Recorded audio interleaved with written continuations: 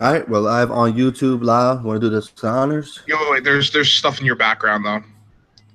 Like somebody's watching TV really loudly in one of your backgrounds. No, my shit's on mute. Yeah, it's Justin. Say again. I don't know if it was TV. It might have just been someone speaking. No. Yeah, I TV. think it's. Well, you you know good? what? Yeah. All right, now we're good. No right. weird static shit. When you're not talking, though, I do recommend just hitting the mute button on Yes, Google of course, Hangouts. always. God forbid we have a Nick situation. All right, you guys ready? Live, Yeah. coming down, please.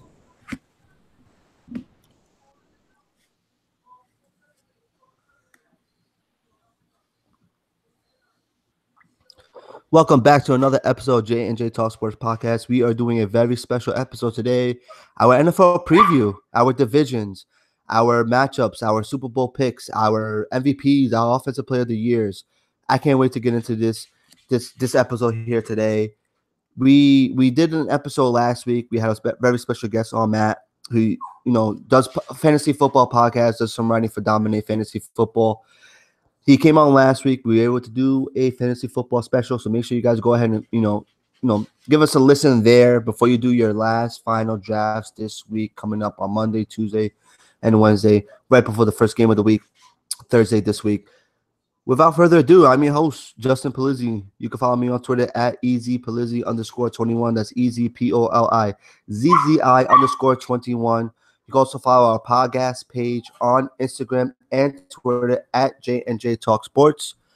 You make sure you guys also email us at jnjtalksports@gmail.com with any questions, concerns, comments, or future topics you would like for us to discuss. Introducing one of my two overly large size co-hosts, Lyle. How's it going, buddy? Hey everyone, how's it going? It's your boy Lyle Style. You can follow me on Twitter at Lyles LYLES STYLE. It's great to be talking some NFL football previews. Very excited to talk about football that matters. We're going to be talking about every single division, every single award. We're talking about everything and anything, and it's going to be mad hype, if I do say so myself. But before we get into the hypeness, let me bring you over to the realness. His name is Stefano N. Nicholas, how are you today? Hello, Lyle. Hello, Justin. Glad to be back again twice in a couple of days. I love it, man. I love seeing and talking to you guys every other day. But no, today is the day we are speaking of the NFL, the greatest sport that is known to man. Even though Lyle will probably say soccer, but we all know the truth. We're going to be going into every division one by one. We're We going to don't talk go about allow things. that is very true. Luckily, But, the fans do, so I don't know. The fans do. Well, you tweeted us and you let us know, guys. But no, we're going to go into the divisions. We're going to break down every division, who we feel like is going to win, and who will propel to the playoffs and beyond. Take it away, Justin. Yeah, and we're going to dive right in here. So basically, we're going to give you guys a breakdown of each division, the winners from last year, as well as their Las Vegas odds, I guess you would say, to win the division.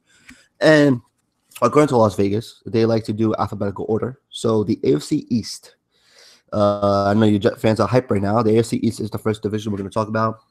Last year, the Patriots finished 13-3 in 2017. And Vegas has them right now as a 6-1 odds to win the division again this year. Now, the Patriots lost running back Deion Lewis. And Tom Brady and Gronkowski, despite the question marks, are returning this year for the 2018 season. The Bills last year made the playoffs. Last year was the first time they made the playoffs in 1999 with a 9-7 record. Tyrod Taylor's no longer there. Sorry, Tyrod Taylor's no longer there. You put some respect on his name. Nathan Peterman was just announced the starting quarterback of 2018. McCarron, nope, not there. Rookie Josh Allen back up now. So despite the question marks there, you still have the Bills who made the playoffs last year. The Miami Dolphins, who were a close to second worst, being the last division with a 6-10 record. You got Ryan Tannehill returning this year. Jay Cutler retired once again. And you have a receiving corpse that is lacking, Jarvis Landry, who went on and was traded to the Browns. And finally, you got the goddamn Jets, who finished last year with a 5-11 record. despite a betting scoring differential than the Dolphins. But with that said, the Jets invested in a high draft pick this year in the draft in Sam Darnold with the 3rd overall pick, who is basically announced as the starter for week 1. They signed Teddy Bridgewater before they ended up trading him to the Saints for a 3rd-round pick. What are your thoughts on this division, guys? And I'm gonna have you lead us off here. What are your thoughts on this division? Who's gonna win the division? Who may surprise you? Is this just gonna be another year in which your New York Jets take a backseat to the Patriots? So the AFC East, on paper, let me just look purely on paper. You look at these teams. There's a lack of talent on all 4 teams in very glaring areas. Dolphins are just constant hot garbage. Tannehill has never been the answer, will never be the answer. I'm sorry, Dolphins fans. He's garbage. He gets upset at his practice squad for picking him off. Get it together, bro. And then who's their coach? Adam Gase. I think he hypes up every single one of his players to be God's gift to humanity, and they end up being the Pandora's box plague and ruining their season as well as everyone's fantasy season.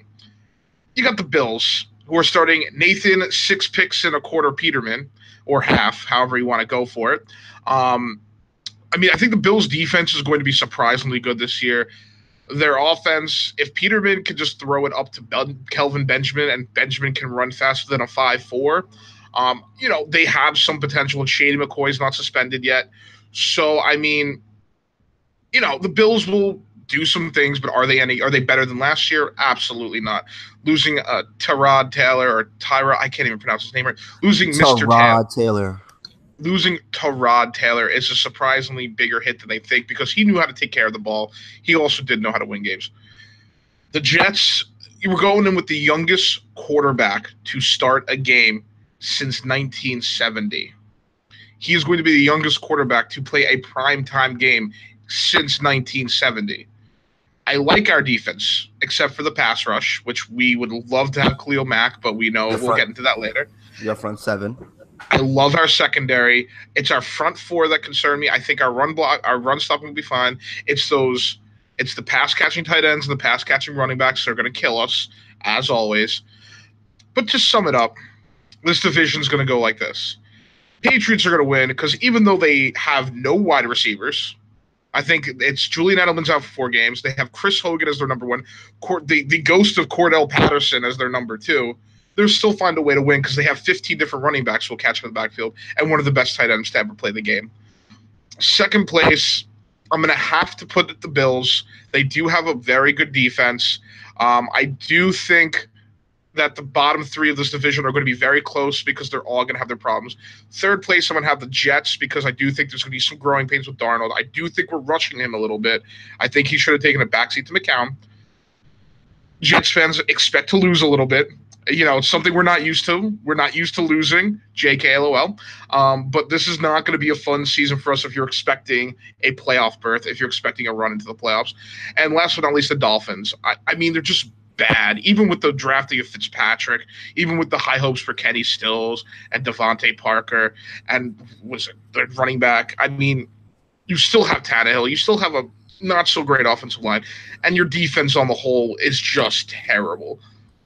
That's my take on the division. Sorry, I went maybe a little long. It's my people's. Just a little bit. It's just people's. I like a lot of what Lau said. I kind of agree with most of what he said. I do not agree with him saying the Bills will finish second division. I don't agree with that. Don't believe so. I don't see where their points are going to come from. I love LaShawn McCoy, one of my favorite running backs of all time, but his offensive line is still very shaky. The quarterback situation is just not looking good there. Peterman is just god-awful. I do like Kelvin Benjamin as a receiver, but I just don't see a lot of production there offensively. You can't sit here and confidently say that they're going to put up 2-3 touchdowns a game. It just doesn't look that good. Now, again, the Patriots will be the division leaders, as hard as it may be to say. Julian Edelman is suspended the first couple of games of the season, but that just means that Tom Brady will, as usual, find other receivers down the line. He still has Gronkowski, who is like Lyle said, probably the best to ever play the game at the tight end position. He has many threats out the backfield. The Dolphins do not look good either. They just gave up their only bright spot of their offense in Jarvis Landry. Tannehill coming back does not really threaten me as a Jets fan. I don't see them having that good of a year offensively, defensively, not looking good. So to rank them from first to fourth, again, Patriots will win the division. The Jets will come down to how Sam Darnold plays. We were what, 5-11 last year. We look a lot better than we do last year. We made a lot of improvements than last year. Our secondary looks a lot better. We brought in Tremaine Johnson, Morris Claiborne's still there. We got our rookie safeties who are now more seasoned in the game. Our front seven looks pretty solid. We're going to be a good run-stopping team. Again, the issue will be our pass rush. We lack that, and that is one of the most important parts of the defense. But we do look a lot better last year. We brought in a couple of receivers. We have receivers coming back from injury. Again, it's going to come down to Sam Darnold. I wasn't expecting him to be a starter, as we've had this many takes in the past. We do owe Justin a beverage of his choice because he did predict that Sam Darnold would be week one starter. You both do. Lyle and I both owe Justin a beverage of his choice. But according to the coaching, it's not because they want to start Sam Darnold for Sam Darnold or that he's a rookie or this or that. They're saying that he was the better performing quarterback in the offseason. He seems to be growing into his own. Now, if he can be the Sam Darnold that everybody believes he can and make the proper reads and be in control of the ball and not making careless mistakes, I think that we could win a couple of those close games that we lost last year. Last year, we lost about 5 or 6 games within one score. These were all games that we should have and could have won, but we blew. Now, if Sam Darnold could be smart with the ball and possibly win those last quarter games, I think the Jets could possibly finish with an 8-8 record, maybe 9-7, and who knows, maybe we could squeeze in a wild card. But again, the Patriots will be the division leaders. Tom Brady is just Tom Brady and a legend at that. Yeah, and I'm going to agree with you guys both on the part in which the Patriots will win the division. Lyle, I think you're absolutely out of your mind right now if you really do think the Bills are going to be second when they're starting Nathan, I throw 4 picks a half Peterman. There's no way. The Jets will finish second in division. 6. I didn't know we were going to the degree of the deceptions that he threw. The point is, the Bills are going to be the worst team in this division. I do have them finishing last. I think Tannehill is a decent quarterback. I think there's about 10 quarterbacks that he's better than in the NFL. He's coming back this year. He's a candidate for the comeback player this year. So I think the Miami Dolphins will be fine in the sense that they'll finish second to last. Jets will finish second in the division, banking on their defense and young Sam Darnold. So that's just my thoughts. I do think the Patriots take this division without a doubt. Now we're going to move over to the AFC North, and I love this division personally because my favorite player plays for the Steelers, who were 13-3 last year. Does he play for the Steelers? Opinion, does he play for the Steelers? He's a free. He hasn't signed yet. He plays for no one. Listen, he hasn't signed his franchise tag yet. He didn't show up for practice today. But at the end of the day, the Steelers are the Steelers. They finished 13-3 last year, in which, in my opinion, was a disappointing season last year because of the loss to the Jaguars in the division round. Vegas has them as a 1-2 odds to win the division this year. Then you have the Baltimore Ravens, which, as you all know, is one of the most, significant rivalries in football between the Steelers and the Ravens. They finished 9-7 last year and missed the playoffs by a tiebreaker to both the Titans and the Bills. They are 7-2 odds to win the division this year. The Cincinnati Bengals, as we all know, are trash. They were 7-9 last year, and yet another disappointing season. They lose running back Jeremy Hill. Joe Mix is in his second year. AJ Green have re-signed. And then John Ross, their first-round pick last year, is looking good in the preseason. And yes, right, of course. One of my personal favorite teams this year, at least, and them increasing the amount of wins that they did last year. I mean, you can't go any further down than they did last year. In the Cleveland Browns, they were 0-16, but come into the season with their highest expectations since, I personally could remember. There are 8-1 odds to win the division. They added Jarvis Landry, as Nick mentioned earlier. The Miami Dolphins traded Jarvis Landry to the Browns. Josh Gordon was just reinstated today, so he was practicing today, so he'll be back. They traded for Tyrod Taylor, quarterback that led the Bills to the playoffs last year. Drafted Baker Mayfield, first overall. And then, of course, you got that defense with a lot of young talent there. With all this said, who do we have winning this division? Now, I know we picked the Patriots to win the AFC East. The AFC North is a very, very tough division. And two teams in the Steelers and Ravens that we both consider to be playoff contentions. And then you have the Cincinnati Bengals and Browns, who are just going to be that nagging team week in and week out, clawing at the division. Nick, who do you have winning this division? I think without a doubt it's going to be the Steelers. Last year, they were an inch away from possibly making it to the AFC Championship. That was just – I don't understand how a team can put up 30-plus points against the greatest defense in the league and still manage to lose a game. I think Le'Veon Bell will come in. Le'Veon Bell will be Le'Veon Bell. He's going to be the phenomenal player that he is, probably end up winning Offensive Player of the Year, or at least be a run up and running for it. Ben Roethlisberger might have one left in the tank, especially with his backup on his tail. Antonio Brown is also still the best receiver in the league. They have way too many weapons on that team to be anything less than first in the division. Going into who's going to be second, I'm probably going to go with the Baltimore Ravens, just because they're a more seasoned team. Flacco will have a better year than he did last year. He knows that RG3 and Jackson are on his back. He needs to show that he can be the leader of that team. I'm going to go with the Browns edging out the Bengals for the third spot in the division. I think we're all just going to love the Cleveland Browns. They're just doing all the right things to make that team a lot better. And you got to love how the offense looks. You got Tyrod Taylor at the helm of this team, Jarvis Landry, Josh Gordon. You got Njoku as a tight end. That offense just – I can't wait to see that offense play. Just curious to see how good they can be. And I want Jarvis Landry to – what was that quote that he said? They're going to be putting up 40 a game? 40 points a game? Yeah. We'll see. We'll see. But we're going to go to the Bengals, bottom of this division. They have Andy Dalton, who's probably going to be a lot better than people think. And they still have A.J. Green, who is, I would say, top 10, if not maybe top 7 receiver in the league. But other than that, you have maybe Joe Mixon at the backfield, who's I believe is going to have a pretty good year. But that offensive line is still very shaky. Defense isn't as good as people remember them being a couple years ago. I just don't like how that team looks. And they haven't really been doing much, in my opinion, to be a lot better than they were last year.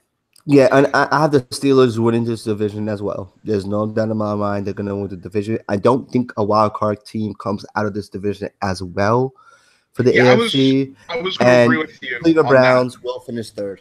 Cleveland Browns will finish third. I agree with you. I don't want to spend much time on this division because this is a dumpster fire division. It might be one of the worst in the NFL. It's going to go Steelers. It's going to go Bengals because Andy Dalton's the most mediocre team quarterback, and he's going to get a mediocre position in a terrible division. Browns get third. Ravens, the wheels fall off finally, and we can see Lamar Jackson start. Can we leave this division forever? But the bottom 3 teams would be practically close to the same record anyway. We don't really see any. Honestly, outside of the Steelers, this division is garbage. Let's go to the South. Yeah, and we're going to go to the AFC South right now, just like Lau said, and the team that made the Steelers season a disappointment was the 10-6 Jacksonville Jaguars, who last year shocked the football world with how amazing they did and how they dominated on defense against many teams.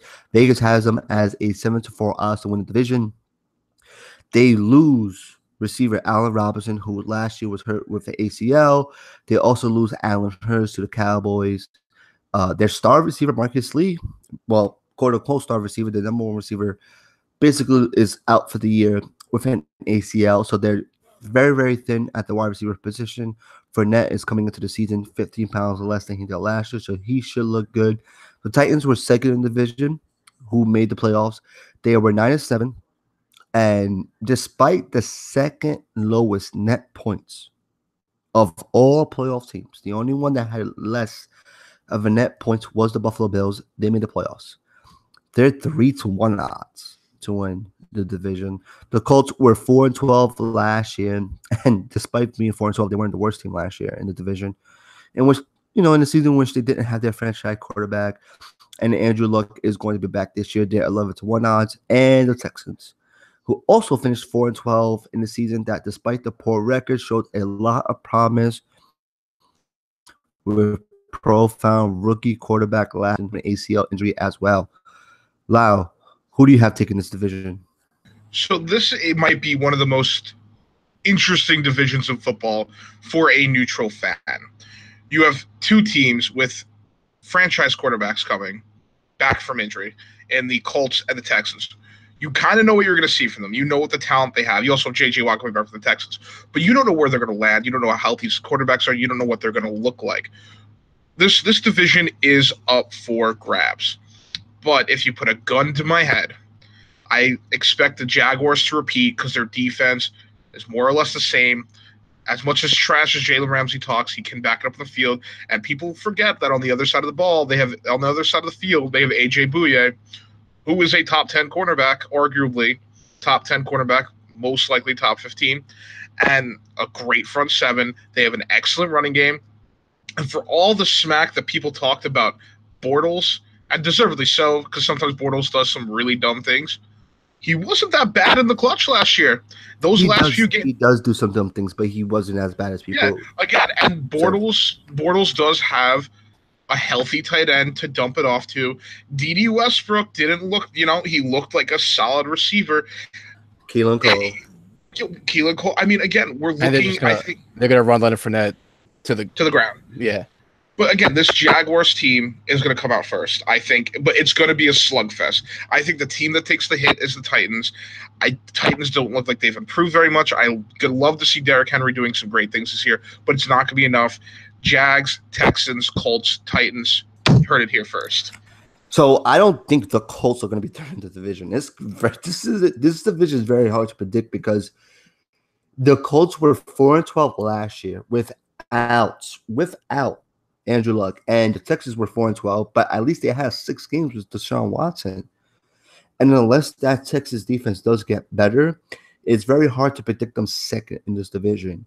So for that, I do have the Texans still finishing. Right. So I still have them finishing 3rd to 4th in the division with the Colts. I still have the Titans finishing 2nd. And of course, the Jaguars are going to win this division. Nick, what are your thoughts? I mean, this is probably one of the more interesting divisions in football.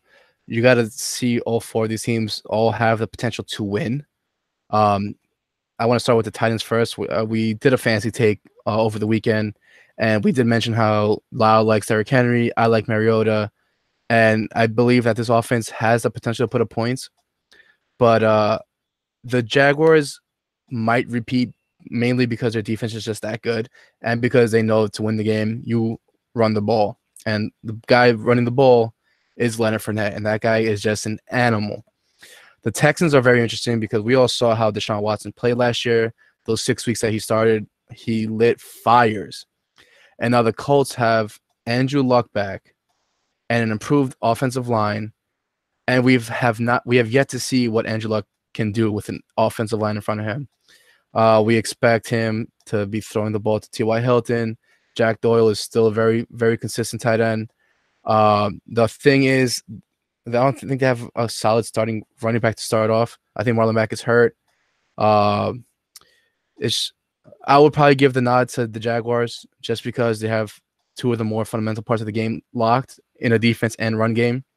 And Bortles knows how to get a first down. He may not be throwing the ball, but he knows how to evade pressure and play safe. I give the nod to the Jaguars first. I will go Texans second and probably getting a wild card. This is tough. Titans, Colts, I feel like they're going to be just so close in record-wise. But I'll give Titans and Colts. Colts being at the bottom. Yeah, I mean, it's a very tough division, especially because you have 2 quote-unquote, well, Luck is definitely a quote-unquote, but Watson, quote unquote, franchise quarterback coming back. So, with that said, we're gonna go into the AFC East. AFC West here is the last AFC division we have, in which last year was won by the Kansas City Chiefs, who finished with a 10-6 record, and Vegas has them at a 5-2 odds, which it's not the best odds to win the division, which is crazy to me. They lose quarterback Alex Smith. They traded him to the Redskins. They promote second-year quarterback, last year rookie quarterback Patrick Mahomes, who, as we all know, is a gunslinger. Then they add Sammy Watkins, just solidifying that wide receiver corps with him and Tyreek Hill, Travis Kelce at tight end, and of course you got Kareem Hunt at the running back position. Then you got the Los Angeles Chargers, or who I used to like to call them, the San Diego Chargers. They finished 9-7 last year, and they were on the outside looking in the playoffs. They lost tiebreakers to teams like the Ravens, the Bills, and of course the Titans. And they started off last year slow, and hopefully they can start this year much on a more improved basis. They lost Hunter Henry with an ACL injury this all season, but they just signed Antonio Gates as far as 5 hours ago. So they do have another tight end to throw the ball to. Then you have the Oakland Raiders. Well, at least for a few more seasons, right? Because they're about to become the Las Vegas Raiders, who finished 6-10 record and finished 1-4 in their last 5 games. But and give away the best player. But yeah, exactly. But they did go ahead and get John Gruden, refined coach, the guy who was traded to the Buccaneers from the Raiders about 14 years ago, and they won a Super Bowl with them against the team that, guess what, traded him. So, and then the last team in the division who has the worst odds to win the division is the disappointing Denver Broncos, who finished 5-11 last year, who had question marks at the quarterback position all year, but this year they're stepping in with Case Keenum, so maybe they'll be a little bit better. They're at 11-2 odds. Now, who do you have winning this division? This is going to be a division owned by one team and one team only. This is the LA Chargers division to lose. They were the best team by a mile. Yes, by a mile. I'll break it down really by a mile, though? I'll break it down really, really quickly. The Kansas City Chiefs are putting in a rookie quarterback with all these weapons. Half a mile. We'll get there. A rookie quarterback with all these weapons. Yeah, that's what I was going to say. The difference was hasn't looked great in preseason. Nothing special. One drive.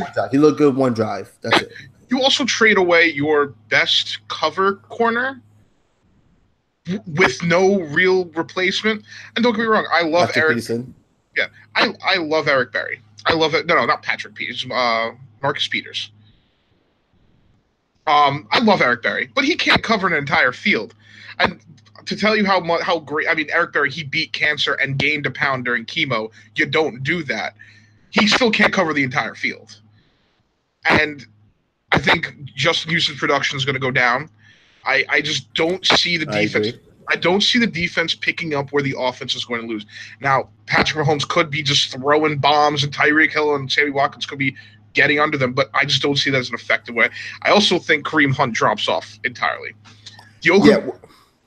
If you heard our fantasy episode, Lara already expressed feelings about Kareem Hunt as being a bust for next year. But where he's ranked. And like you said, I think fantasy purposes, this team is still gold, the Kansas City Chiefs. But we're not here to talk about fantasy. The fact that Mahomes is going to be chucking the ball deep down the field 70% of the game is because their defense is going to be so bad. And I think the Chargers take this division for the first time in about 10 years. Because the Raiders are awful. And the Broncos. Well, I'm not worried about the Raiders or the Broncos. I think the Broncos. The Raiders just gave away their defense. They let Khalil Mack go.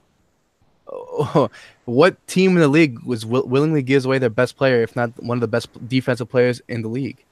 But anyway, that being said, I agree with Lyle. I'm not saying by a mile, like he said, not as confidently as he said, but I do believe that the Chargers will edge out the Kansas City Chiefs, mainly because of the veteran play by Phillip Rivers over Patrick Mahomes.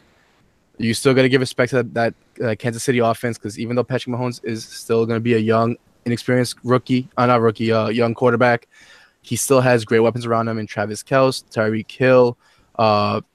You have Sammy Watkins, Kareem Hunt. It's still going to be a tremendous offense, but like we said, Marcus Peters leaving. That defense is not as good as it's going to be last year.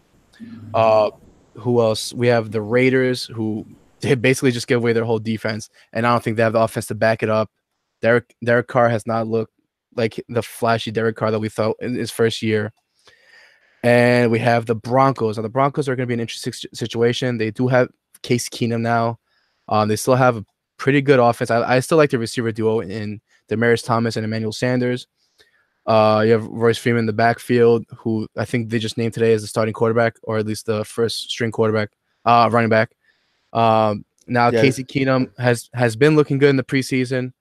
That offense probably be a lot better than it was last year. They also drafted Chubb to add on to that monstrous defensive line, so that's always nice to see. I'm probably gonna go Chargers, KC, Denver, and then Raiders as my 1 to 4. But it is gonna be a very good division to watch. Definitely gonna be one of the better divisions in football. But that is my 4. Yeah, the AFC divisions are looking like the winners are going to be tougher to make out. But in all honesty, I feel like the NFC divisions is going to have more and much better teams. And with that transition, we have to go to the NFC East, right? With my New York Giants. And last year, that division was won by the Philadelphia Eagles, who won their first Super Bowl in franchise history. They finished with a 13-3 record. And we're led by second-year quarterback sensation Carson Wentz before he went down. And then Nick Foles, who was announced the week 1 starter for this Thursday's game, and he went on and he played mediocre the last 3 games of the season, but led them to the playoffs to win the Super Bowl for the first time in franchise history. They did go ahead and sign Mike Wallace. They did lose LeGarrette Blount, but J.J. is still there in the backfield with Clement. Darren Sproles is back from injury as well. And as you guys know, as I said before, Carson Wentz is out the first week. Regardless, the Dallas Cowboys finished second in the division with 9-7 record and missed the playoffs after being a number 1 seed in the NFC. Not the number 1 seed in the NFC East. In the NFC, they were number 1 seed last year. They're at 17-4 odds to win the division. They have the Redskins who finished third with a 7-9 in what was a proven year for Cousins. He got his money. He's on to Minnesota now. The Redskins made a trade for Alex Smith.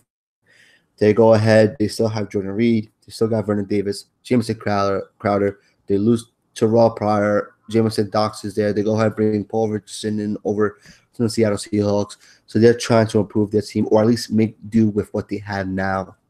That Cousins is gone. And then, of course, you got my favorite team, my New York Football Giants, who finished with an atrocious record of 3-13 in a lost season, faulted by poor play on both sides of the ball and horrendous coaching by Ben McAdoo, a.k.a. Ben McAdoo. He said duty on the air. He said Ben McAdoo. I'm so done. Listen, he was so bad last year. And as bad as Eli played, listen, OBJ was hurt last year. He's back this year. He signed a massive contract that's giving him $19.5 million per year. Rightfully so. I mean, of course, AB is maybe OBJ's got his money that he deserves. They bring in Pat Shurmur, who's a new head coach. They draft Saquon Barkley over a quarterback. Despite what the Eagles are doing this all season and their quarterback concerns, despite the Cowboys having a disappointing season last year, and despite the Redskins losing what may have been their best quarterback in franchise history to the Vikings, Lyle, who do you have winning this division? Now, the NFC East might be one of the toughest, if not the toughest division to predict this year. Again, this was one of the divisions I had to look at for a little bit longer than most. It's going to be the Eagles, even without, they lost Alshon Jeffrey for a few weeks. They're Torrey Smith, LeGarrette Blount's off the team. But they have so much talent on defense. Their offense is still, their line's still there. They still have 2 starting caliber quarterbacks. And if you look at the rest of this division, the Cowboys are coming off a disappointing season. If you put 8 in the box, who is Dak going to throw to? And we saw how Dak played without Michael Gallup. Yeah, but you're trusting a rookie. The Redskins are going to finish respectable 8-8 because Alex Smith doesn't lose the games he's supposed to win. He loses the games he's supposed to lose. And No way. the biggest wild card here are the Giants. Why do I say they're the biggest wild card? You have Odell Beckham coming off Because it injury. depends on what kind of Eli Manning you're going to see this year. No, I don't even think it's about Eli. Eli's going to do what Eli's going to do. Every Giants fan has accept that. There's going to be a base level of Eli production. You have a rookie running back who's if that line run blocks for him, could be sensational. You have a questionable offensive line. Yes, even with the big pickups, you need to see how they mesh in an NFL game against what defenses in the NFL will throw at you because defenses during preseason don't throw their double stunts. They don't throw their exotic blitzes. The Giants have the potential to win the division.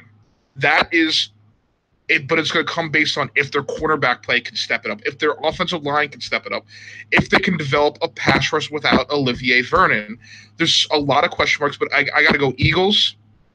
I have to go Cowboys, Giants, Skins. But I think this division against the AFC does very well, and they all finish 500 and above.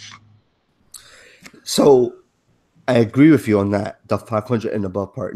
Maybe not the Redskins. I still think they finished maybe like 6-10, 7-9. But I don't think the Eagles are going to win this division. But I don't know if I can predict any other team winning it as well because the wild card is the Giants. At the end of the day, the Giants are 1 year removed from an 11-5 season in which they were one game back of the Cowboys who finished first in the NFC as a whole.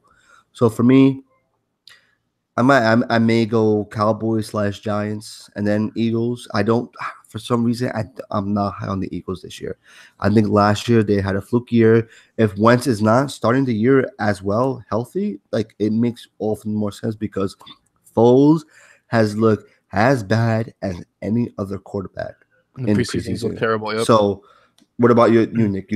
I know you don't like you're not on the Eagles as well for the division. Again, like I said, it's going to come down to how I think Eli Manning is going to be the wild card here. He's getting his weapons back on offense. OBJ is going to be playing a full year. Sterling Shepard's going to be playing. Ingram, who I remember him having a concussion. Not really sure what his status is looking now. He's playing week one. He's playing week one. He's a freak athlete as well. And they just drafted Saquon Barkley, who I'm expecting to have a huge workload as well. Now, he has all his weapons available, and they did make improvements on the offensive line. They drafted Will Hernandez, and they got a Solder from the Patriots. So I believe that if Eli Manning can have the Eli Manning that we've seen in the playoffs and Super Bowl, if he can have that kind of year, I wouldn't be surprised if the Giants are first in division. The Cowboys just lost Dez Bryant. They lost Jason Witten. Those are Dak Prescott's safety valves. Without those safety valves, no red zone targets. Yeah, without those red zone targets, I don't see Dak Prescott. Ezekiel Elliott's still there. Ezekiel Elliott's still going to be a threat. But will Dak Prescott be a threat throwing the ball? I don't believe so. Michael Gallup right now is looking like their first string receiver. Alan Hearns is probably the second. Like there's no weapons there. And going down to the Redskins, I like Alex Smith. I think he's a good quarterback, but they lost Darius Geis as a running back. Jordan Reed, who knows if he's going to play a full season. Jamison Crowder, I'm sorry, I love the guy, but he's not a first string receiver. He's the type of the receiver that plays off another receiver. Now, my ranking, I'm gonna make a bold pick. I mean, it's not really that bold. I'm gonna say Giants win the division. Eagles come in a close second. Probably go with the Cowboys and Redskins, just because I don't see many weapons on the Redskins. I give the nod just because Ezekiel Elliott's on the Cowboys. So let's foreshadow just a bit here and try to make this quick. Does one team from this division make the playoffs? Yes, it's only gonna be one team. Nick? Does only one team make the playoffs? There's only one team in this division make the playoffs. I need to look at the whole thing as a whole again. I think two teams can make it. I think. I think the Panthers. I don't think two teams do. Just really quick, I think they have the possibility, but this year, absolutely not.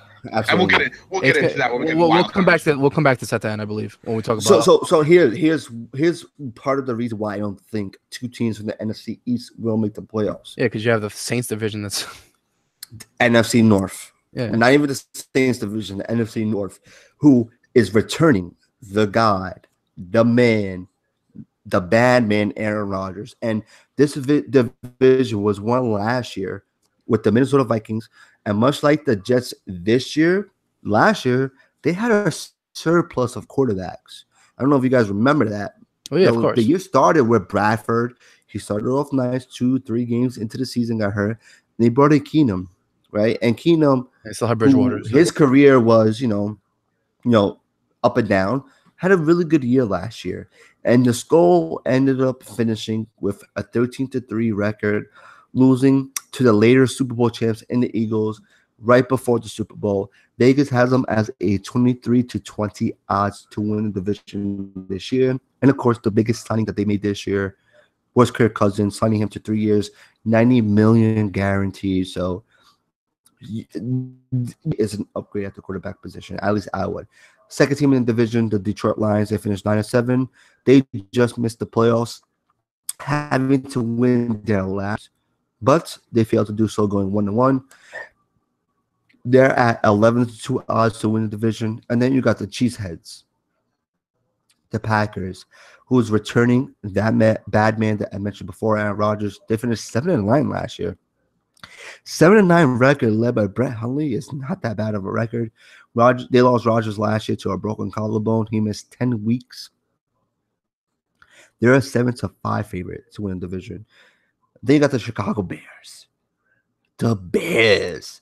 The team that just got Lyle's roommate. Lyle shares a cheeseburger with this guy on the same table. So I have had a cheeseburger with him. I didn't roommate with him, for the record. I know. I'm just busting your chops here. But Khalil Mack, Buffalo alumni, former Raiders defensive end / outside linebacker. Basically the position that's changing the game today. The Bears just got him.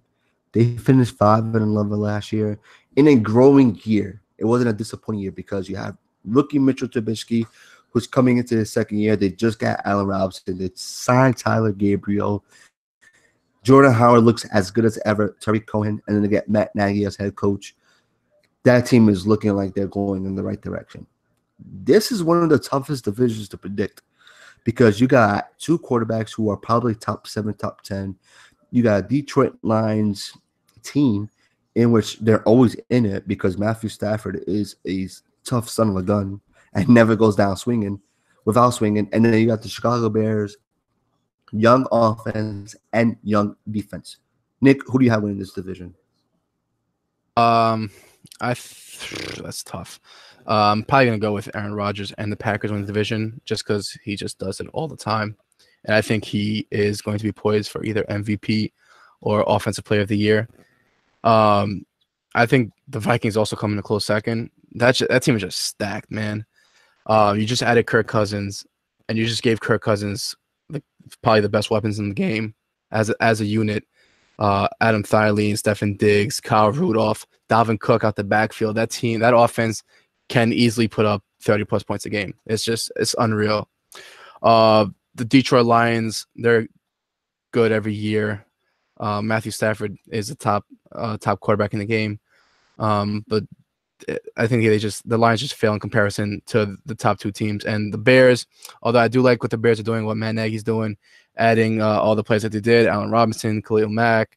We're going to see what Mitchell Trubisky can do going down the line. He does have some formidable weapons. But I got some notes about him later. Yeah, I believe you do. But I'm going to go with Packers, Vikings. I'm giving the Packers edge because of Aaron Rodgers. Ooh, nice. Because of Aaron Rodgers. That's how much. Yeah, good choice. But it's gonna be very close, 1 or 2 game difference, and then Detroit Lions and they did improve their secondary dramatically with the 2 picks that they made this draft with the secondary. What about you? Who do you have winning this division? So I'm going to start off by making a really unpopular take by saying this might be one of the most overrated divisions of the NFL. Here we go. Hear me out. Vikings win this division. Vikings win this division. They're the best division, and they're the best team in this division. They actually have a full defense. They have a full offense. They have a full team. The Lions, they're going to be what the Lions are. They're going to go 8-8, 9-7. They're going to come close to the playoffs. I think the Packers are going to, The second Aaron Rodgers has something slightly wrong with him, the Packers team collapses. This Packers team is devoid of talent everywhere else. Yes, you can say Devontae Adams. You can say Clinton Dix. I mean, sorry, whatever. You can say whoever you want. If you looked at that entire team outside of Aaron Rodgers, you said, is anyone there a top 15 player? I don't think I could. I don't think I could physically sit there and say there is a top 50 player outside of Aaron Rodgers. The second Aaron Rodgers goes down, that team is a wash. And honestly, I think they're so devoid of talent that even with Aaron Rodgers, they're going to struggle. And also, he had the same break to the same bone twice, which, as people who have injuries repetitively, makes him more susceptible to breaking the same bone. But again, whatever. I think this. I'm going to keep it quick. I think this division is going to go Vikings. It's going to go Lions. It's going to go Bears. It's going to go Packers. Bears. Why'd you give the Lions the edge over the Packers? I give the Lions. Why is it just the Bears over the Packers?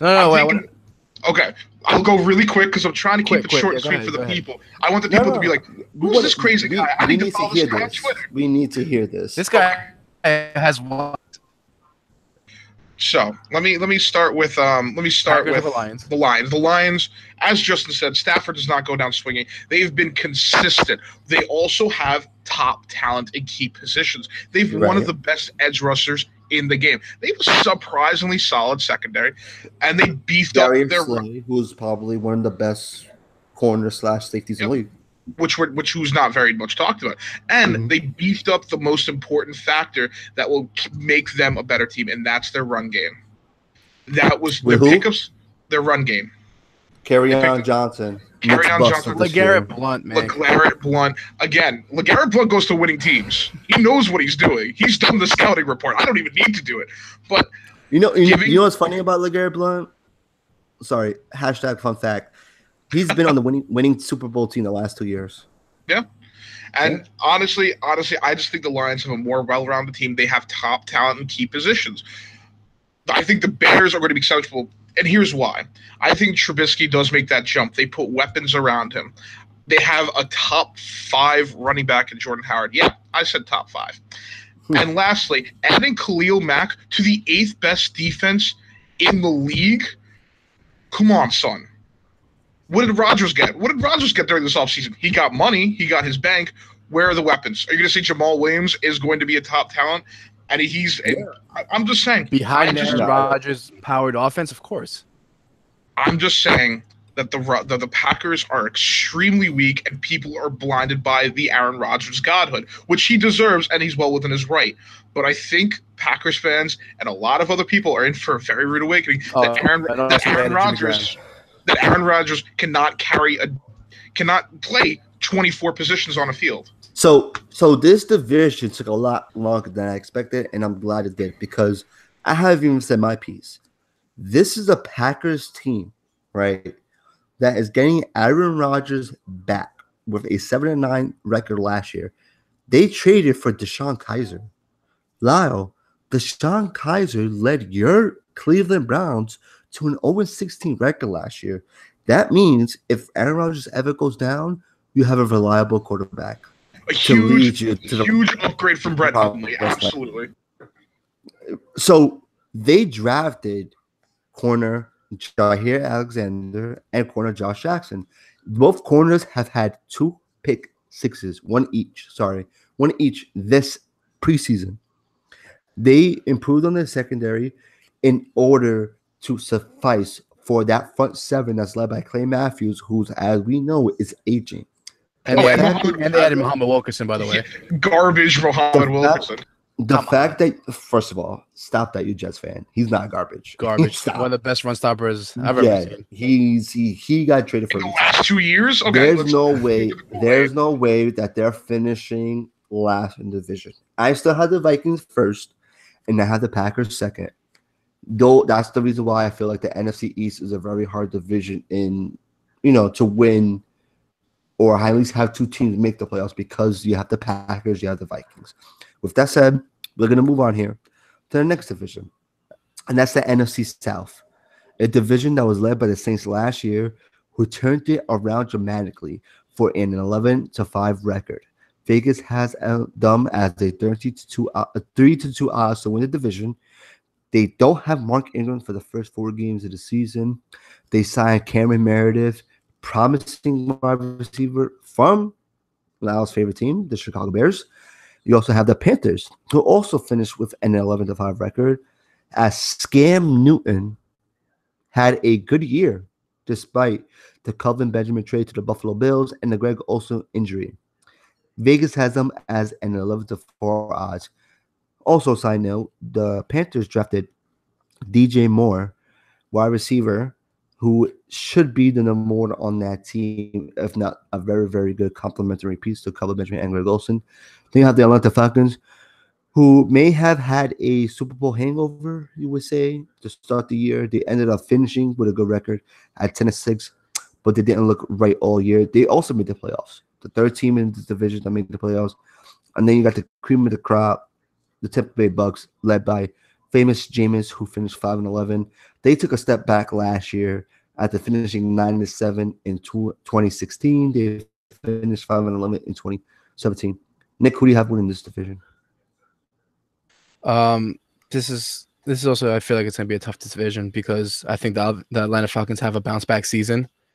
I also believe that the Saints are going to be phenomenal this year, and we have the Carolina Panthers, who are good almost every year. Winning this division, I want to be biased because I love Drew Brees, and I'm going to say the Saints win this division.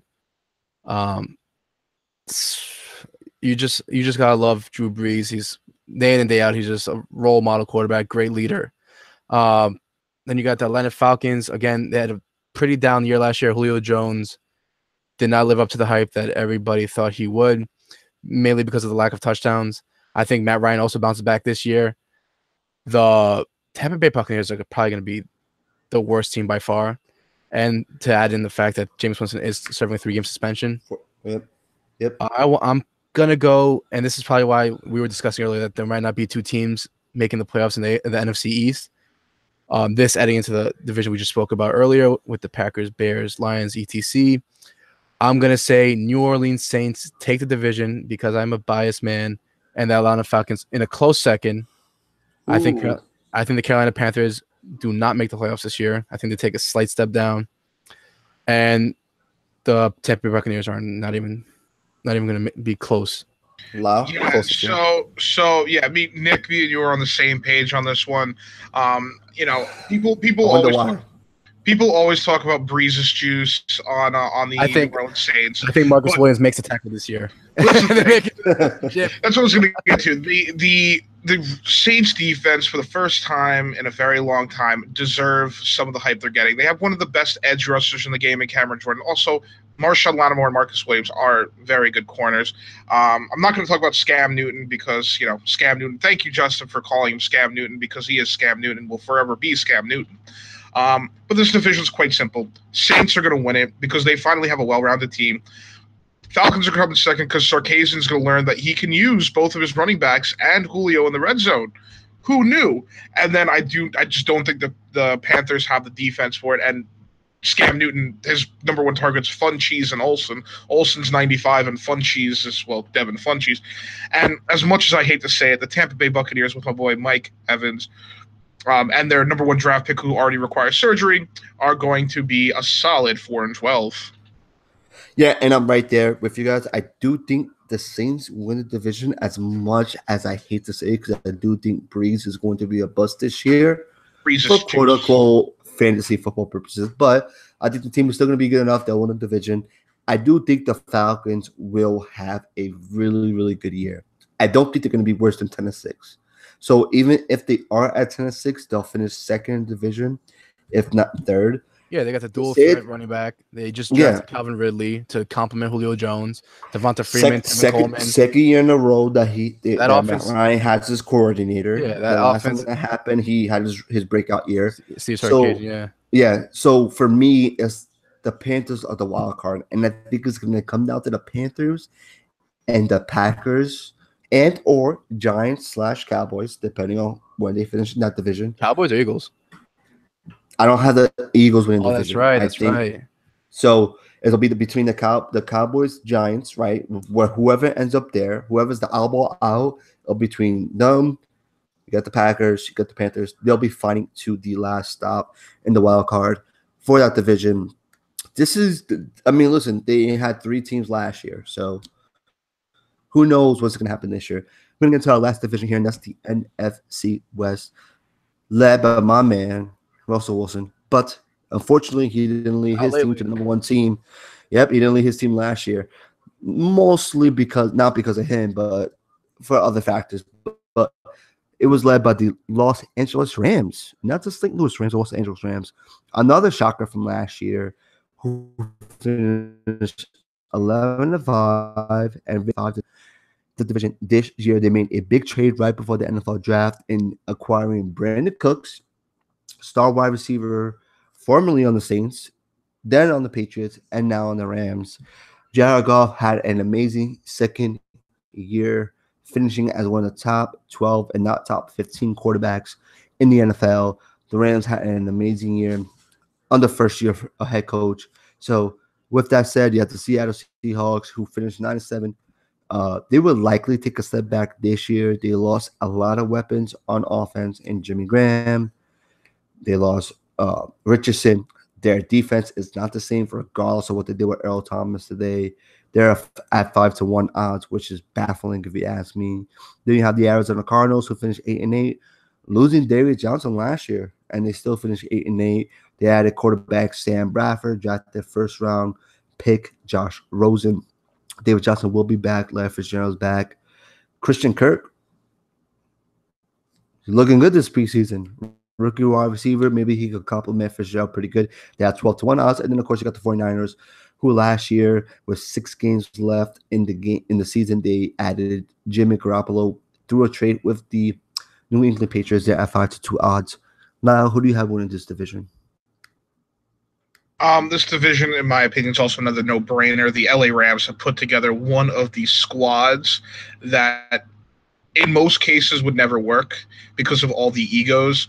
But people forget they have 2 things going for them, and their names are McVay and Phillips. Wade Phillips is an excellent coach who's going to put all that defensive talent to work, and McVay has an excellent offensive mind, as we saw. LA Rams run away with this. 49ers come in second. It's going to be Garoppolo is going to show that the Patriots are fools, and thank you for trading in Bill Belichick. You're a hero. The last 2, Seattle, I think, ekes out a couple wins, and the Cardinals eke out a couple wins. But their 3-4 are not wild card worthy. They're just going to be at footnotes. I think the Rams and the 49ers, 1-2. Nick? I think the Rams take this division rather easily. They did lose Tremaine Johnson, but they added Aqib Talib and Marcus Peters. That defense is looking phenomenal. Aaron Donald got paid, and he's going to play for the money that he just earned, which he will probably be Defensive Player of the Year in my opinion. They were looking great on offense last year, and they just added Brandon Cooks. That team just looks unreal. The 49ers, the hype is there. Jimmy Garoppolo undefeated last year. What was it, 5-0, whatever it was. I'm not as high on him as most people are. I just feel like a lot of teams will figure him out this year, and he won't be as good as he was last year. Going down the line, we have the Cardinals, who last year had a decent season. And they're getting back David Johnson. People are forgetting what kind of a quarterback Sam Bradford is when healthy. He can do some real damage.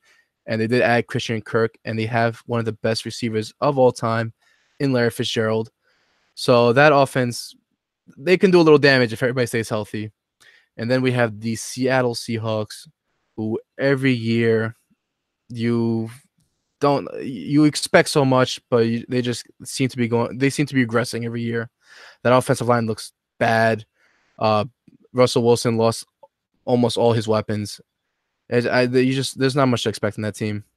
Going forward, I have the Rams, who are probably going to be my Super Bowl favorite, or team to make the Super Bowl, rather. Ooh, foreshadowing. Winning the division. Then I'm going to have... it's tough. I'm probably going to go with Cardinals, 49ers, and then Seattle. Love it, because I'm going the same thing. I'm going the Rams, the Cardinals because I do think Josh Rosen, as much as I would have loved the Giants to draft a Sam Darnold, and as good as he looked for you New York Jets fans, Rosen has looked legit. And if Bradford ever goes down, I think Rosen is going to take the realm with David Johnson, with Christian Kirk, with Larry Fitz, and be who was, in my opinion, the most rookie-ready quarterback. Right. NFL, Correct. Rookie quarterback. Absolutely. So that's just the time how I think the division is going to pan out. I do think the Seahawks finish last. Russell Wilson, I still love you. Don't be mad at me. It's just your team is trash and your coach is dumb, and you guys drafted the running bit and deserve going there. So, listen, we went through the divisions, right? I mean, we did them all, and we went in depth of all of them. Now, we have this segment that goes on. We don't do it every week. We don't do it every episode, right? But this segment is one of our profound segments. It's a segment in which we appreciate and we love. And I hype it up all the time. And I hope this man appreciates that I hype it up all the time before he goes in. We call this Lyle Goes Wild. Lyle, the floor is yours. I'm going to do this going wild on this topic once this season and once only. And this is to the NFL fan. This is to the Jet fan, the Falcons fan. This is to the fans that love overreacting after the first game, after the first play, after the first year of a quarterback, after something happens and it's all doom and gloom. I just want to let you know it gets better. Let's take a look at the San Francisco 49ers. After Harbaugh left and half your defense retired, the other half got suspended, and the rest of them got traded.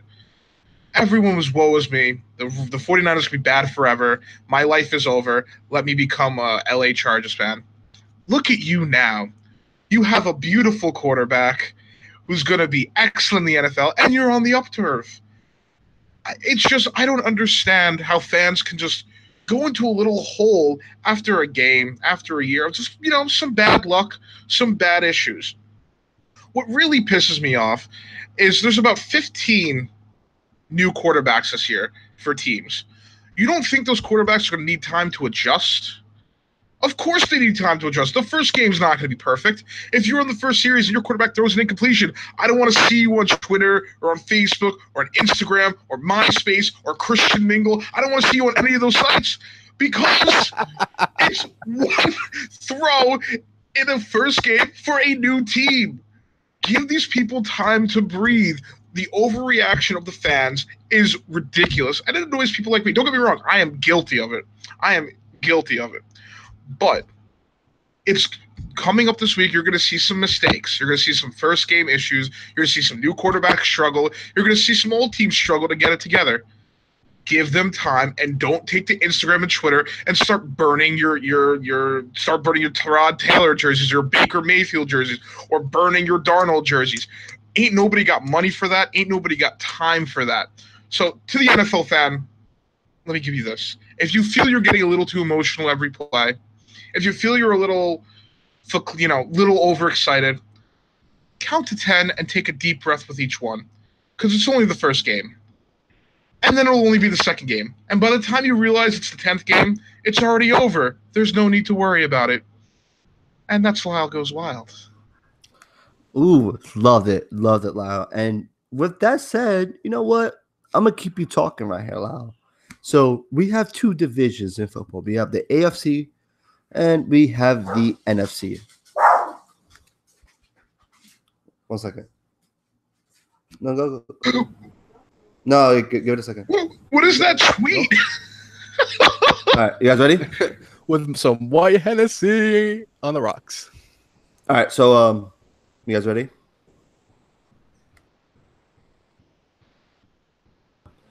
So we have two divisions in football, right? We have the AFC and we have the NFC. With that said, I want to keep it with you here because you just went wild. We'll do the AFC first because I'm looking at the sheet here and I see you got two teams already. I want you to tell me. So pretty much the fans already know, the listeners already know who we have in divisions, right? Who are two teams? Now, Not necessarily the two teams you predict going into the wild card, because as you know, it's really hard to predict something like that. But what are your two teams to go into the wild card for both the AFC and then the NFC? So my wild card predictions, the AFC is a little bit more risky, I think. AFC, I have the Bengals because, again, you're dealing with the same Marvis Lewis team, the same Andy Dalton. They're going to put up the same amount of wins. And the AFC is going to be hyper competitive. I think they beat each other up. I think we get a Bengals and Texans. I think they make a rebound. JJ Watt stays healthy. They added Tyrann Mathieu.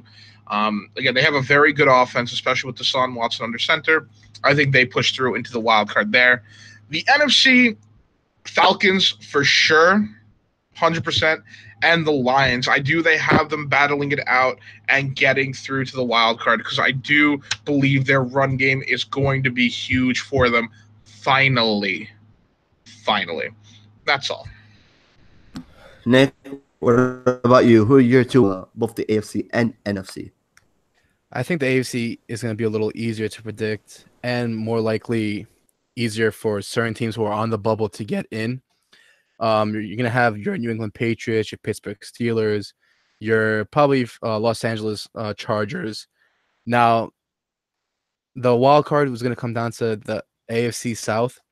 I think that Jacksonville probably does take the division, and that gives opportunity for teams like the Colts, who now have Andrew Luck back, for Houston, who's getting Deshaun Watson back, and who even my New York Jets, who are up and coming, to possibly squeeze in, get around that bubble range, and maybe getting as a wild card team. My wild card teams are most likely going to be one team from the South, where there may be Houston or Indy. I think Indy's just not ready yet. I think Andrew Luck's gonna have a good year, but they probably won't get over that hump. And I want to go with, and just be biased, the New York Jets will make the wild card this year. And going into the NFC, this is just gonna be so tough, man. Wait, before you get there, the New York Jets. Again, I couldn't put them there because I don't know. But if Deshaun Watson, if Deshaun Watson's not healthy, no, you hold up, sir. You hold up. If Deshaun Watson's not healthy, the Jets are the next team in. Hold up. That's the core of the year right there. Jets there because I don't know. That's the core. You don't know. You don't know. If Deshaun Watson's not healthy, he's right though. You don't. It's going to come down to Sam Darnold. Sam Darnold will be the it factor for the New York Jets because the team around them is there, and it's far improved from last year. But anyway, going back to the NFC, it's going to be so tough. You have teams that are shoo-ins like the Saints, the Rams. I think the Falcons are going to be locked into one of those wildcard spots, and it's going to be tough. I think the Eagles and the Giants both squeeze through, one as a division leader and the second as nice. A wild card, just because the New York Giants, I think, are going to have a complete turnover. They've addressed a lot of issues on the team. They're getting all their weapons back. They're going to look good this year. So the wild card is going to be either Philadelphia or New York, and most likely the Atlanta Falcons. Yeah. So for the AFC, it's pretty set in stone for me, and I think because you have the Patriots winning their division. I have the Steelers winning their division. Then you have the Jaguars. And then, of course, you have,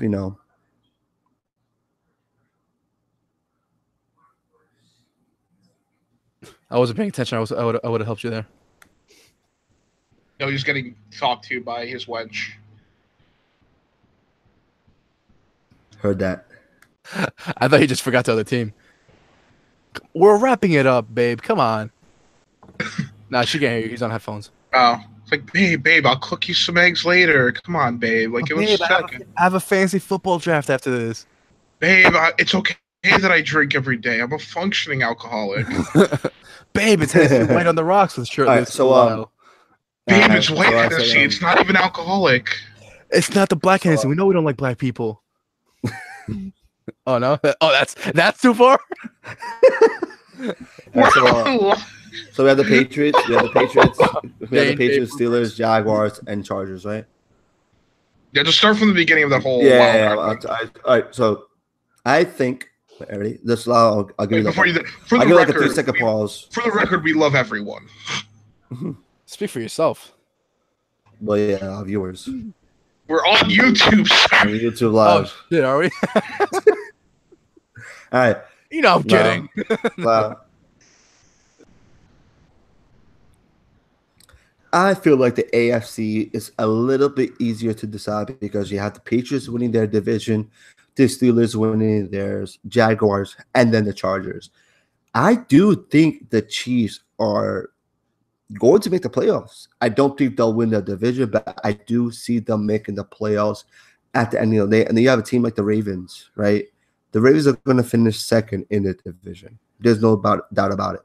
NFC North, between the Steelers and the Ravens, I'd have those two teams sneaking into the playoffs. I can't bank my money on the Texans only because I don't know what Deshaun Watson is going to do coming off the ACL injury. And then you look at the other divisions, and much as I would love to predict the Jets to make it, I do think the Jets will be fighting for a wild card spot. I just don't think they'll end up making it. For the NFC, it's a no-brainer. It's a no-brainer. I think the one team is going to come from the NFC North, and then one team is going to come from the NFC South. Whether it be the Packers winning the division and then the Vikings making it, or the Vikings winning the division and then the Packers making it. And then you have the NFC South with the Saints, Falcons, Panthers, and Tampa Bay Bucks, in which two of those teams are definitely going to make the playoffs. Right? We predicted the Saints to win the division. I think the Falcons will probably end up making that wild card spot, but it'll be a very, very tough division. I would not be surprised if for the first time, which this never happened before, for the first time in NFL history, and if you're listening to J&J Talk Sports, you only get this kind of content here. Never in the history of the NFL has three teams made the playoffs from the same division in back-to-back years. I would not be surprised if that happened again this year with the Saints, Panthers, and Falcons. Do you guys have any more comments or thoughts about this? I have no more comments. I want to get to some individual awards, bro. I love this. I love this right here. And you know what? Now, let's keep it with you, man. Most improved player for the 2018 fantasy. I'm sorry, for the 2018 NFL season. Who's the most improved player? Well, let me tell you, this is someone that's, if you're not an avid NFL fan, you won't know this guy because he's a lineman. Yeah, that's right. I picked an offensive lineman because these skill players get way too much hype. It's the men in the trenches that do the work that deserve these awards. And Julian Davenport, you are my guy. Tackle for the Houston Texans. Started out kind of rocky, shaky at the beginning of the year with a few injuries. Ended the season on a very, very, very high note. One of the best tackles of week 16 and 17. 6'7", great footwork, 3-foot reach. No one sacking Deshaun Watson from the left. Heard it here first. Nick, hit me with your most improved player. Lyle dropped the mic and swung it to you right away. I'm gonna go with a player that Lyle loves and a player that I think is gonna get a lot more burn this year, a lot more volume. Derrick Henry. He doesn't have the DeMarco Murray shadow anymore. I think he's gonna get a more bell cow role, first, second down, goal line opportunity. Dion Lewis is there, but I don't think Dion Lewis is going to take on his carries in goal to go situations or that tough yardage. I think Derrick Henry is just a physical phenom. We saw the taste of it last year. I think this year we're going to get a lot more of him, and I look forward to seeing what he can do. And I think he can be a way more improved player than he was last year. Yeah, and I think those are both two good picks. I mean, that's not the guy that's on my radar. The guy that's on my radar is the guy that not only am I targeting in fantasy drafts, like the second to last or third to last pick, it's a quarterback in Mitchell Trubisky. And we've seen what this team has done in the offseason. Mitchell Trubisky threw 7 touchdowns and 7 picks last year. He only completed 60% of his passes, but they added an improved receiver corps in Daniel Gibson, Taylor Gabriel from the Falcons, and then they added Allen Robinson from the Jacksonville Jaguars. Those are two very, very good receivers to add to that wide receiver corps. Of course, You lose Cameron Meredith, which wasn't good because he was promising, but you bring in Matt Nagy, and Nagy is not a guy that doesn't know what he's talking about on the offensive side of the ball. When he was with the Philadelphia Eagles for their basically offensive outbreak with Carson Wentz, so I do think Mitchell Trubisky will win the most improved player this year, if he's even considered as it, because he did start 6 games last year. And I'm going to transition right away into our next award here, and that's the 2018 Comeback Player of the Year. And there's a handful of players on this list, and I'm not going to steal any thunder from anybody else here. You got Luck, who is my Comeback Player of the Year, right? And you got 2 other guys who, both these gentlemen right after me we mentioned. Luck had to play football in 2 years. This guy hasn't thrown a football since this preseason. I think he's going to come back, much like Peyton Manning did 4 or 5 years ago. He's going to come back. He's going to have a really, really good year. And I think you would be very, very dumb to think that the Colts aren't going to make noise with this guy back at quarterback. Now, who's your Comeback Player of the Year? My comeback, I'll let you know, and I'm sorry, Nick, but both these guys pick quarterbacks, and I get it's a quarterback league, just like the last position I picked. That was a skill player's position. I like to be different. My Comeback Player of the Year is a skill position player by the name of Dalvin Cook. The dude looked like a dynamo last year until he was unfortunately cut short with a quarterback in Mr. Kirk Cousins. He's going to be able to get the ball in any fashion that he wants. So, Dalvin Cook, he's going to be a great player for both the Vikings and your fantasy team, because I know how much you guys like talking about fantasy. Nick, tell us about the quarterback you picked. Nick. I am here, Lyle, and I will, mainly because you want to poke fun, change who I believe will be the Comeback Player of the Year. You could say Deshaun Watson. You could say Aaron Rodgers. You could say Odell Beckham Jr., David Johnson. But the player that I believe is going to be the Comeback Player of the Year, and he is in all of our hearts, will be defensive end J.J. Watt, coming back from his season-ending injury. Now, he's fallen off the radar, yes. He's had 2 season-ending injuries in a row. And the emergence of Aaron Donald and players as such have made people forgotten who J.J. Watt is. But J.J. Watt is a person who's racked up 87 sacks, has rushed quarterbacks over 200 times, has 46 batted passes. This man is a monster. And let's not forget, he catches touchdowns. He's exciting to watch. And I can't wait to see him line up this year and get after the quarterback. J.J. Watt, my Comeback Player of the Year. I'm glad you changed it, though, because as much as I love talking about quarterbacks, we talk about quarterbacks way too much. But I want to jump into Head Coach of the Year, and I'm going to be really, really, really quick because it's Sean McVay, because that team is full of talent, and they're going to mesh, and it's going to be beautiful. And good job, Sean McVay. You took a Jeff Fisher team and turned it into a real team with Wade Phillips. Proud of you. So he's not going to be, overhyped because of what he did last year? No, and here's why. I think they improve upon what they did last year. Wade Phillips is a wonderful defense coordinator, and it's going to let McVay focus on that beautiful offense. And they're going to terrorize the league. And I think Sean McVay steps it up. Maybe the win-loss might be relatively similar because 11-5 is a pretty good record, but they're going to look good. Nick, what about your Coach of the Year?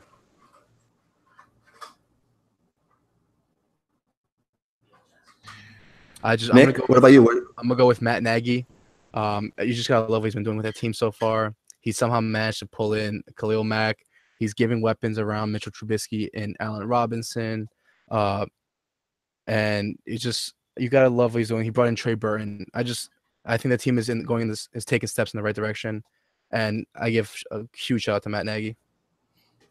Yeah, my Coach of the Year this year is going to be Hugh Jackson. I mean, if you do not watch Hard Knocks on HBO, 2 things. 1, get HBO. 2, watch Hard Knocks. Because Hugh Jackson, I mean, this guy has been around the league for years, and he's never been around a consistently winning team. And I think this is the year in which the Browns turn around, as you'll see from my foreshadowing here, my Defensive Player of the Year. as well as you guys seen who I predicted to win the AFC North, and not having the Browns come last. So I do think Hugh Jackson will be one of the most likely people to win head coach of the year. Nick, your offensive rookie of the year here. You and Lyle both annoy me because first of all, when did you both agree on this? Where was I? I thought you guys completely flipped the switch on me right now. You both owe me a drink on this. F that. Go ahead. Go into your take. All right, we had all unanimously agree that Saquon Barkley was going to be the rookie of the year, but through deeper consideration, I, for the most part, have switched my offensive rookie of the year to Sam Darnold. I believe that the Jets will win a lot of those close games that we had an opportunity to win last year that we ended up blowing in the fourth quarter. I think Sam Darnold could lead the Jets to an 8 or 9 game season of wins and possibly squeeze into a wild card. And I think that's just enough to show that Sam Darnold is offensive rookie of the year. Lyle, back me up. So if for those who don't know, we do have a little bit of an outline. Most of the stuff we say is not scripted, of course, but we do have a little outline with names. And I wrote Sam Darnold with 15 exclamation points just to piss Justin off. The real offensive rookie of the year is going to be Michael Gallup. Why is it going to be Michael Gallup? He is going to have production that's going to it's going to shock a lot of people because who are you going to trust on that team to handle the ball outside of Zeke? Dak needs his guy. Dez was never his guy. Tony Romo's guy was Dez. Dak needs to find the receiver that's his guy. Dak needs to find his Witten or his Dez. Michael Gallup can be that guy. And if he puts up 80 receptions, I think that's going to count for more than Saquon's 3,000 touches. That's my take. 4,000 touches. Sorry, 4,222 touches.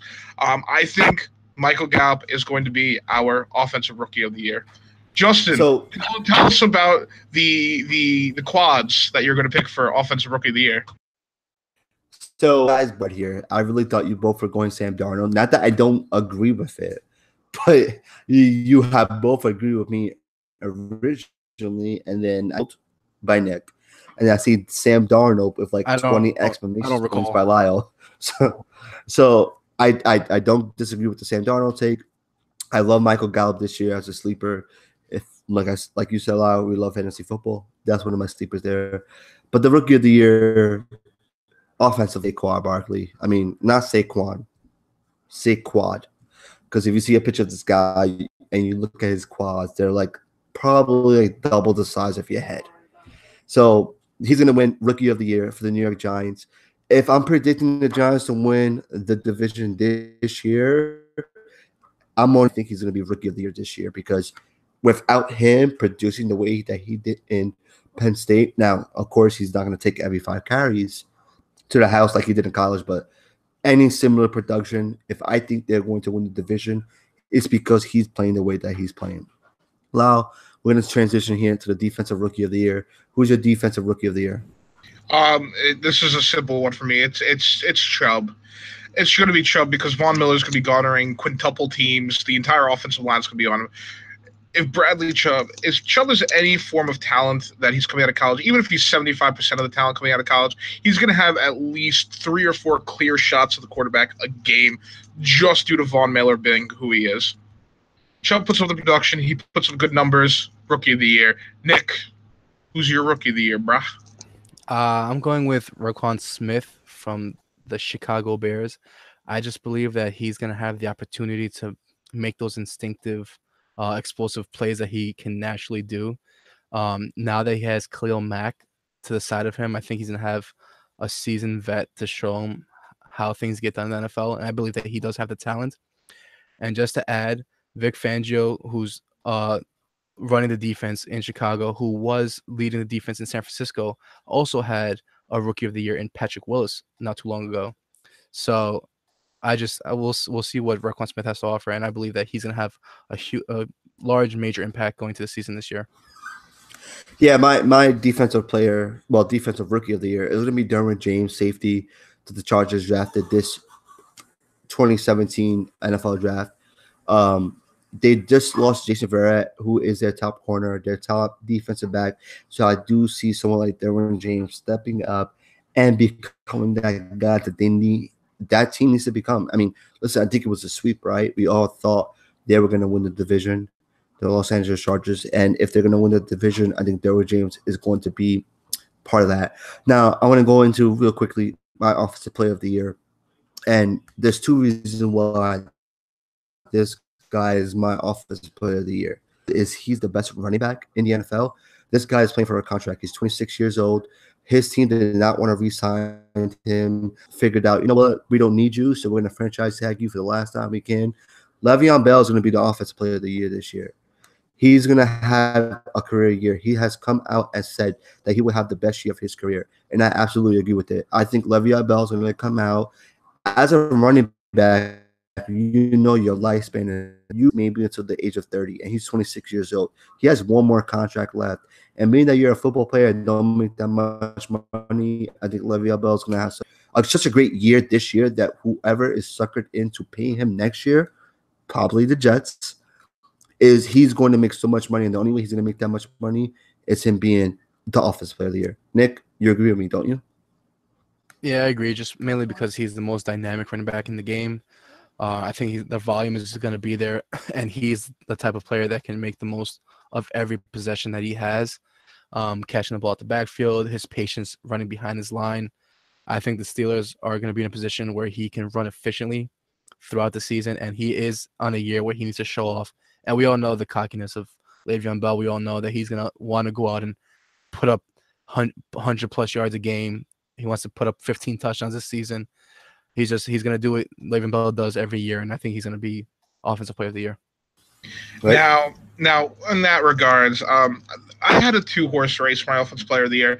I wrote down one just to make Justin really happy, and my second place in Offensive Player of the Year is OBJ, because I think he has something to prove. I think he's going to put up huge numbers, but my Offensive Player of the Year is going to be Kirk Cousins. I'm sorry. The man's going to put up huge numbers now that he finally has a team around him with a running back that's going to be consistent with 2 receivers that could be number 1 receivers on most of the teams in the NFL.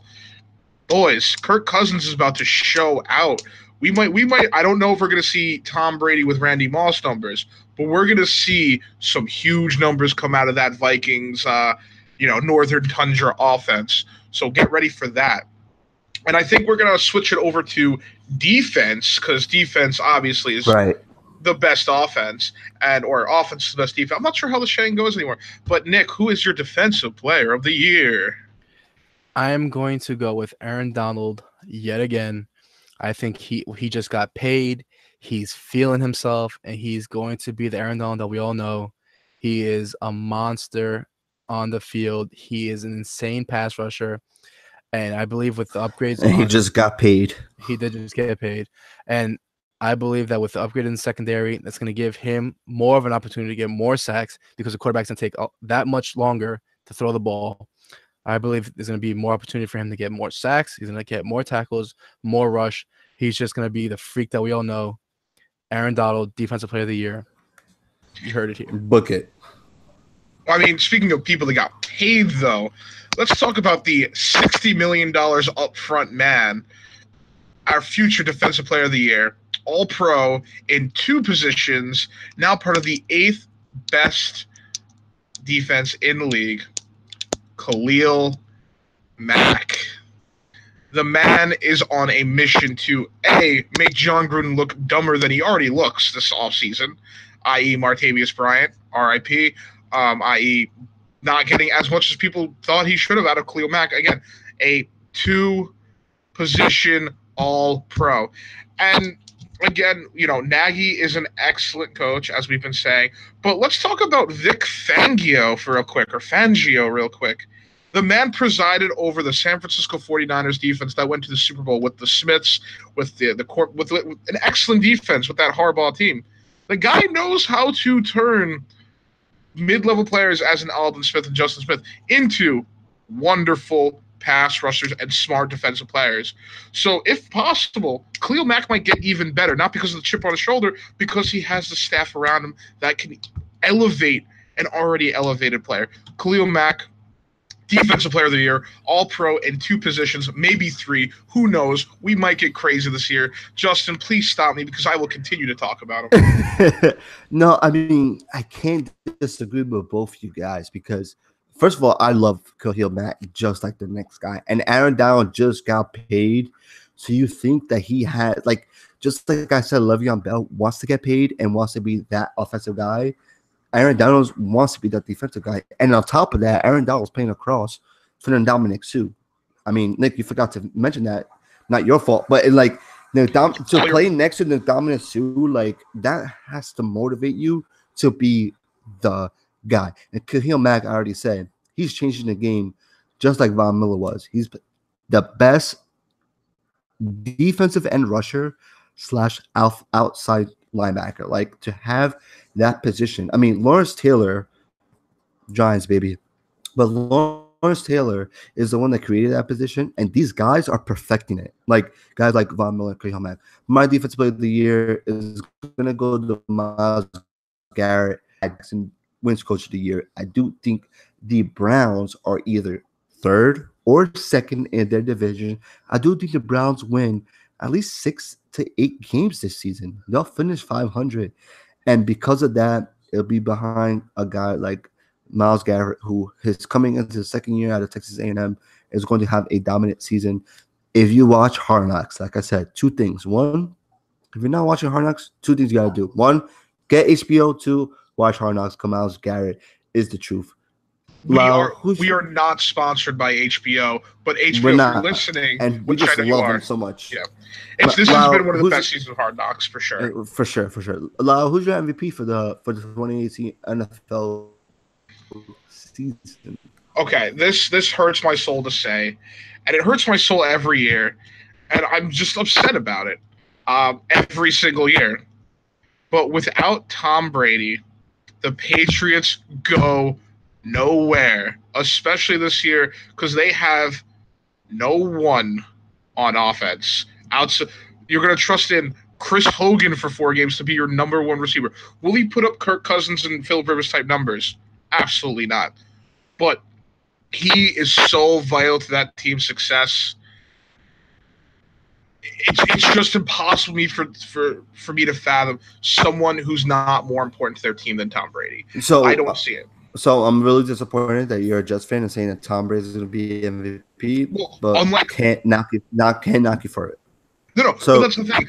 Every Jets will be like, "How could you say?" Like, well, that's because I'm talking on a podcast, and yes, my feelings are in it. But sometimes you got to talk from the head, not from the heart. Because my heart says Sam Darnold's going to win it all, win the MVP.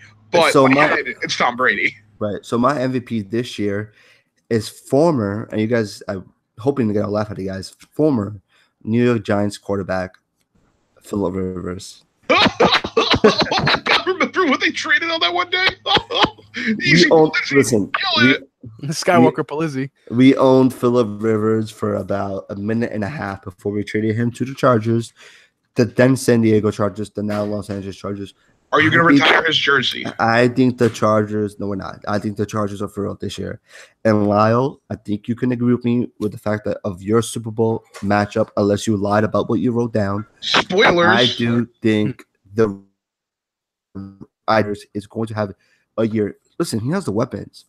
They lost Hunter Henry with an ACL injury, but they just signed Antonio Gates. Melvin Gordon is a top 5, top 7 running back. They got Austin Eckler, who has proven last year to be a top receiving running back. Mike Evans, drafted last year, first-round wide receiver, has been a big body in the red zone this offseason. Then you got, of course, Keenan Allen, who is probably a top 7, another top 10 receiver. So I do think Rivers ends up winning MVP. Nick, what about you? I believe that Aaron Rodgers will come back this year, and he will lead the Packers to the playoffs in that tough division that he's in, and he will be the MVP for it. Like Lyle was arguing earlier, he thinks that the Packers are an overrated team, the weapons aren't there, but he forgets that Aaron Rodgers is still there. Aaron Rodgers just got paid, and he deserves every penny because he is the best quarterback in the league, and he can do – because he's saying Tom Brady has no weapons, and Tom Brady is this, and Tom Brady is that. What about Aaron Rodgers? Aaron Rodgers is surpassing Brady in play. Aaron Rodgers is. Wait, I'm Aaron sorry. Rodgers. I'm about to defend Brady. He has 5 rings. Aaron, 5 of them. but Aaron, are you telling me that Tom Brady is a better quarterback than Aaron Rodgers currently in the NFL? 5. Yes. I'm telling you, if I had to build a team, I think Tom Brady makes better decisions for the team. You would take Tom Brady this year over Aaron Rodgers. I'm talking about current play. I would take him this year. Yes. Wow. Can we clip this and put it in the New York Jets fan page or something? Can you guys make a bet? What Can you about guys bet please about make a what? bet? No, but here's the thing. Aaron Rodgers is coming from his 2nd broken clavicle. Aaron Rodgers missed his game. Tom Brady has only one significant injury that is out for a year. One injury. I trust Tom Brady to be healthy. I trust him to make the decisions, and I hate him, and I hate him so much, and I'm over it. I hate Tom Brady. Stop making me talk about him. I'm going to cry. But besides that fact, I think Aaron Rodgers will be the sole reason why the Packers do make the playoffs, and he will be rewarded for it with an MVP. That's awesome. So you guys heard our MVPs for the 2018 NFL season. And, of course, we're going to give you our Super Bowl matchups. The last game that's played in the season before we have to wait for 6 months for the season to start right back up. And, Lyle, since you're on edge right now, I'm going to let you go first here. Who is your 2 teams to make the Super Bowl? And on top of that, who will win MVP? So the 2 teams that are making the Super Bowl are the San Diego Chargers, as Justin alluded to. They have 2 of the better pass rushers in the game. They have a solid secondary. They have solid linebackers. Their offensive weapons are off the charts this year, and Phillip Rivers is no scrub.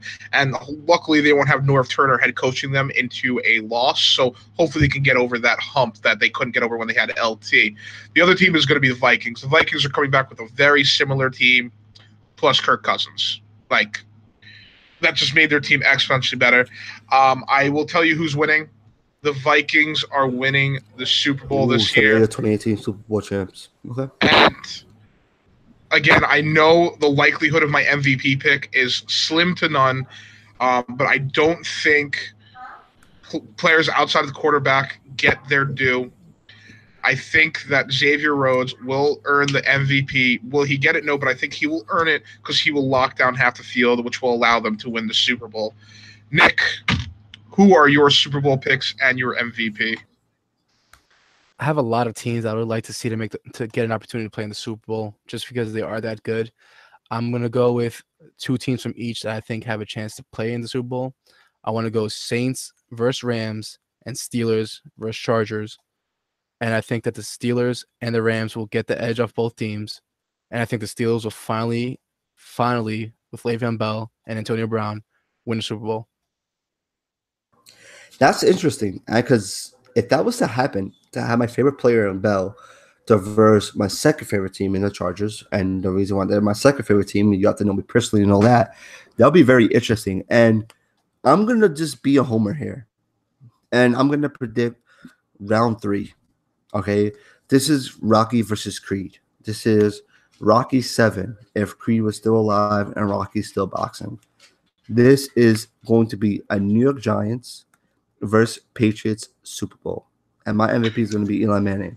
And I'm going to keep the take just like that. Just like that. Giants versus Patriots, round 3. Tom Brady goes down yet again to Eli Manning. Eli Manning, go, RIP. That's it. Drop mic. Episode end. Boo! Just say to that.